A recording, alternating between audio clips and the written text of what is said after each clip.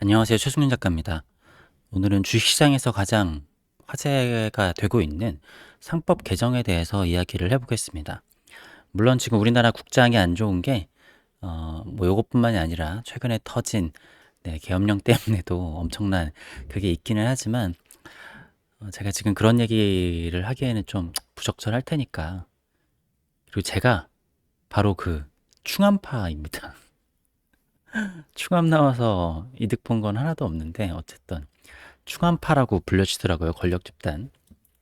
뭐 어쨌든 계엄령은 차치하고 나서라도 그게 지금 사실은 우리나라 펀더멘탈에 가장 큰 영향을 끼치고 있기는 하지만 그 이전에 우리나라가 지금 주가가 떨어지고 이런 것들 때문에 상법을 개정을 해야 된다. 주주 가치를 올려야 된다. 그러지 않고서는 밸류업도 의미가 없다. 막 이런 얘기들이 많이 돌아다녀요. 그래서 최근에 코스피가 좀 많이 떨어지고, 근데 그게 과연 상법 때문에 그런 것인가에 대한 의문점을 한번 얘기를 해보도록 하겠습니다. 일단은 상법 개정이 된다라고 하면은 코스피가 당장 뭐 4천, 5천 가는 것도 문제 없을 거라고 봐요. 그러니까 우리나라는 기업의 가치가 산정이 잘 안 되는 게, 어, 일반적인 미국 기업을 보는 그 가치 평가로 보면은 지금 당장 몇 배, 막 10배까지 올라가도 이상하지 않은 주식도 많단 말이에요. 근데 문제는 뭐냐면요. 옛날부터 그러니까 주주 보호는 똑같았단 말이에요. 그러니까 옛날에 상법이 있지 않았고 생각해 보면은 뭐 2000년대, 그러니까 2020년 그럴 때 주가가 폭등할 때 무슨 뭐 상법이 이렇게 바뀌어 가지고 그런 게 아니란 말이에요. 그러니까 불과 몇 달 전에 삼성전자가 8만 원을 넘고 9만 원을 향해 가다가 9만 원을 넘었었나요? 어쨌든 지금 5만 원 초반대인데 그때나 지금이나 법은 똑같단 말이에요. 그러니까 삼성전자가 지금보다 두 배를 올라간다고 하더라도 상법 개정 같은 게 전혀 없다고 하더라도 지금 주가에 두 배가 올라가도 전혀 이상하지 않다란 얘기예요. 물론 상법 조정 개정이 되거나 하면은 뭐 20만 원, 30만 원도 갈 수도 있겠죠. 하지만 그거는 뭐 좀 쉽지 않은 얘기인 것 같기는 합니다. 물론 상법 개정이 되면은 좋긴 할 거고, 저도 그러면은 코스피에 다시 뭐 들어가 볼 용의가 있기는 한데, 제 얘기는 그보다 더 큰 문제들이 있는 게 아닌가라는 거예요. 자, 일단은, 자, 코스피가 어떻게 보면은 최근에, 그러니까 일봉으로 보면은 계속 흘러내리는 것처럼 보이기는 해요. 7월 달부터 7월에 거의 2,900까지 갔다가 지금 2,400까지 와 있죠. 근데 길게 보면은 그냥 우리나라 국장은 그냥 원래 그래요. 그러니까 요때 팬데믹 때를 제외한다라고 하면은 정말 정말 완만하게 조금씩 올라가고 있단 말이에요. 그래서 이 팬데믹을 제외하고 나서 요때부터 이렇게 보면은 그냥 이게 우리나라 국장에서 엄청 이상한 일이다라고 보기는 어려워요. 물론 이제 S&P 500이나 나스닥처럼 우상향을 좀 잘하고 뭐 그런 거에 비하면 많이 부족하긴 하지만 그냥 국장은 그냥 국장하고 있는 거라는 거죠. 자, 그리고 이거는 달러 기준으로 보는 우리나라 지수인데요. 우리나라 달러 기준으로 보면은 아예 상승이 없죠. 네, 10년 전이나 지금이나 그냥 거의 주가가 같은 가격에 있다가 뭐 이슈가 있었을 때 좀 더 올라가고 어떨 때는 좀 더 떨어지고 그냥 이 정도라고 보면은 됩니다. 그러니까 지금 당장 뭔가 특별한 문제가 그렇게 있지는 않다라는 얘기예요. 뭐 이거보다 더 떨어져도 과거에 보면은 그냥 있었던 일이기는 합니다. 자, 이건 SK 하이닉스인데요. SK 하이닉스 최근에 좀 떨어진 것 같지만 이게 그렇게 나쁜 차트라고 보기는 좀 힘들거든요. 물론 고점까지 갔다가 이렇게 조금 떨어지기는 했지만 이렇게 좀 많이 올라왔다가 조정을 받는 정도잖아요.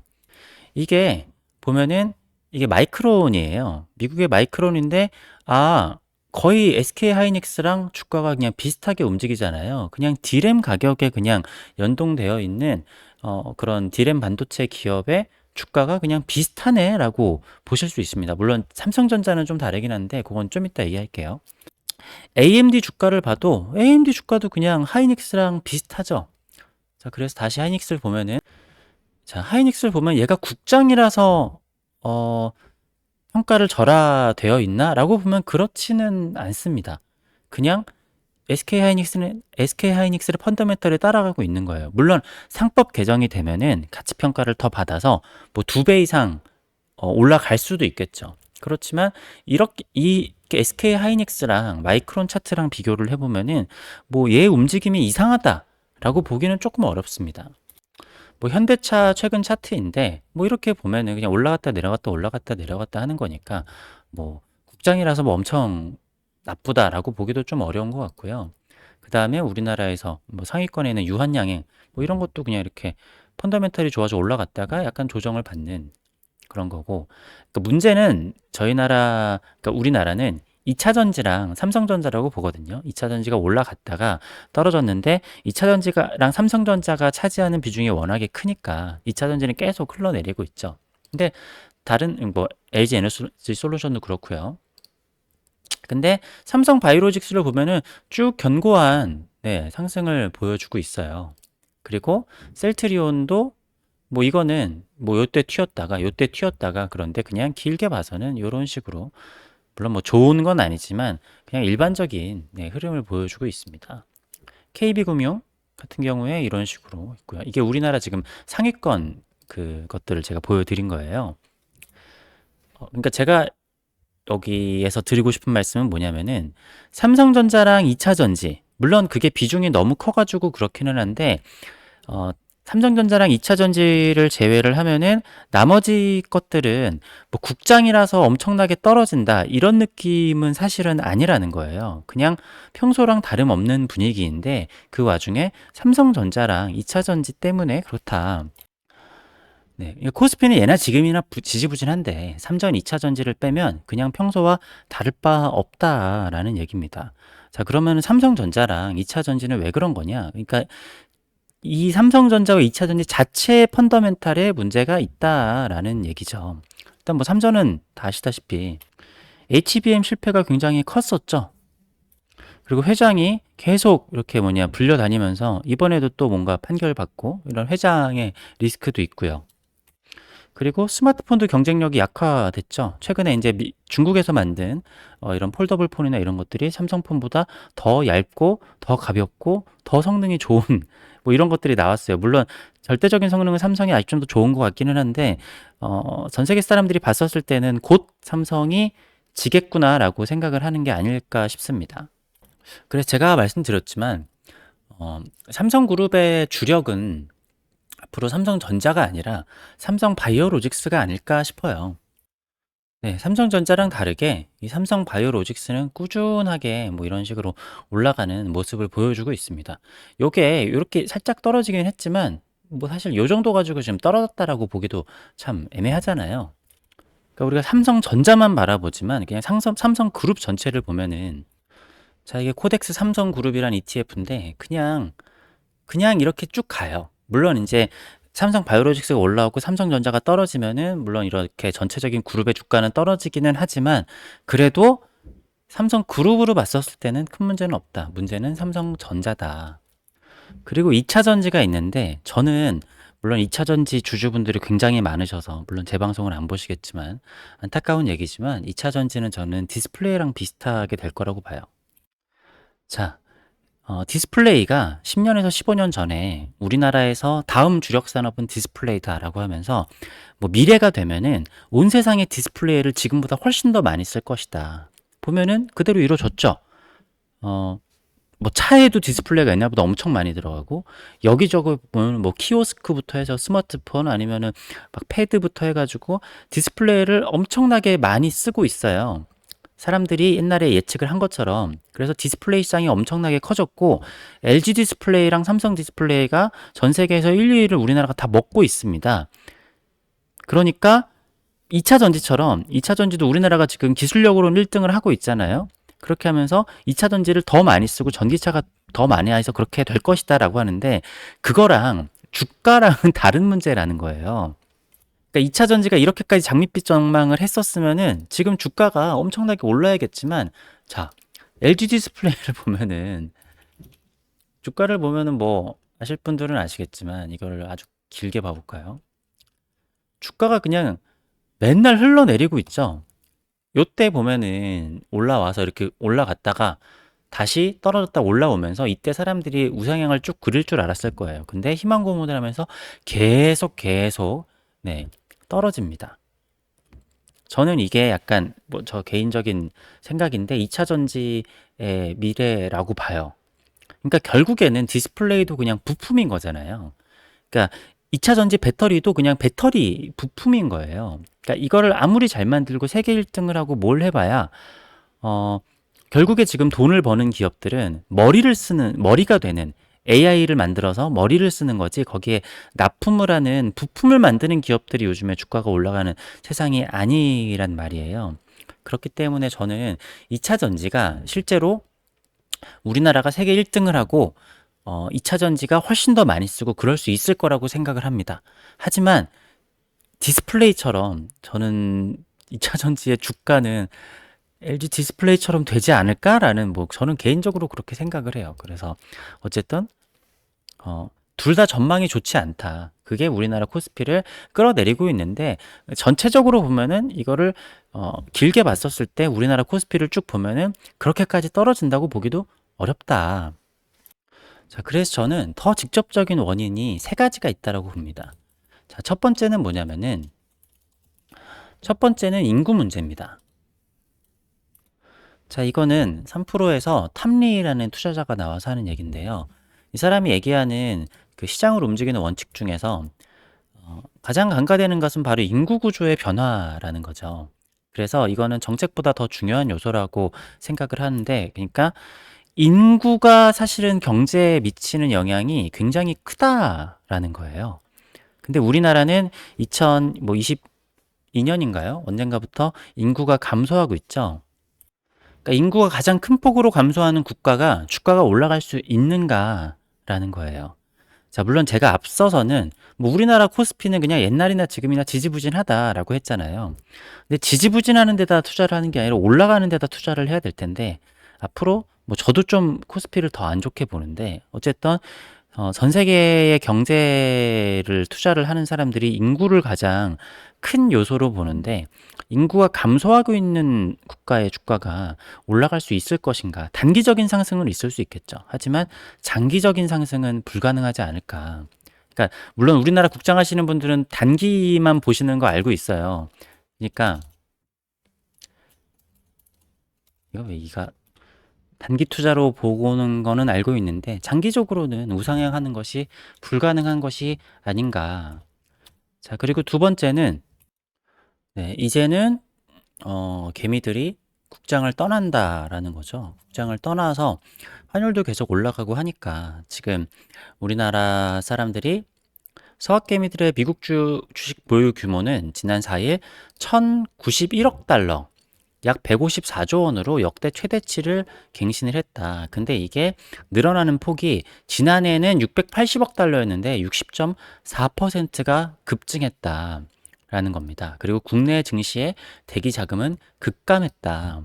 그리고 외국인들도 지속적으로 계속 팔고 있죠. 그렇기 때문에 한번 미국으로 갔었던 투자자들이 그거를 다시 한국으로 돌아올 것인가. 소액은 돌아올 수 있어도, 저도 뭐 그렇지만 저도 거의 미국 주식만 한 지가 꽤 됐잖아요. 미국 주식을 하다 보니까 한국 주식으로 돌아올 생각이 없습니다. 네. 그러니까 돌아올 생각이 없는 이유가 하다 보니까 그게 상법이 나온 거예요. 그러니까 상법이 일단은 뭐 개판이기도 하고, 실적 발표랑 IR 자료만 내는 거 봐도 엉터리죠. 그러니까 우리나라에서 최고의 기업이라는 삼성전자의 실적 발표랑 그런 것만 봐도 뭐 말이 안 되잖아요. 네. 미국의 삼성전자보다 훨씬 작은 회사들도 실적 발표 제대로 한단 말이에요. 그리고 우리나라는 뭐 저번에 삼성전자의 자사주 매입 그거를 뉴스로 나오기 전에 전날 먼저 움직였잖아요. 그러니까 정보의 투명성도 없는 나라고 하다 보니까 뭐 우리나라 주식은 공부가 소용이 없는 나라예요. 주식 공부가 의미가 없어요. 그러니까 주식이라는 거는 실적들을 따라가고 그렇게 되는 건데, 그게 아무런 의미가 없는 시장이니까 한번 미국으로 가서 이게 정석 투자구나, 이게 그 대단한 구루들이 얘기하는 그거구나라고 하다 보면은 국장으로 돌아오기 싫죠. 그래, 국장이 엄청나게 해서 미국만큼 시스템을 잘 갖추면은 그때 돌아올게. 근데 이미, 그러니까 그게 언제가 될지도 모르겠지만 이미 시스템이 잘 갖춰져 있는 미국이는데 돌아올 이유가 없다라는 겁니다. 자, 그리고 세 번째는 환율입니다. 다 아시겠지만 환율은 계속 급등을 하고 있습니다. 이때 이렇게 올라가서 이렇게 막았다가 그거를 억지로 막고 있지만 참지 못하고 계속 올라가고 있습니다. 그러다가 이번에 계엄 때문에 폭탄을 터뜨렸죠.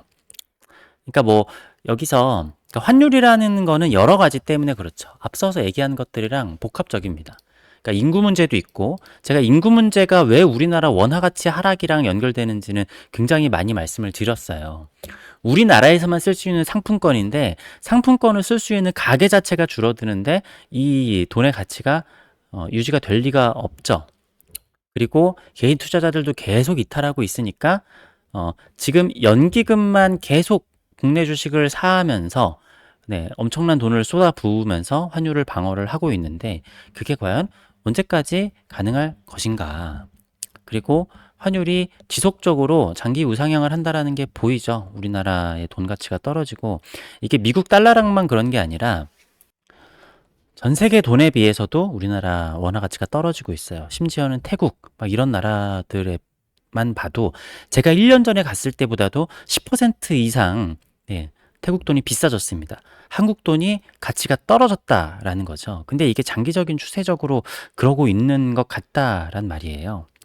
그러니까 제 작품 가격 같은 경우에도 제가 옛날에 환율 한 1200원 정도로 기준을 해가지고 작품 가격을 해서 지금 원화랑 그 달러의 작품 가격의 차이가 너무 심해졌어요.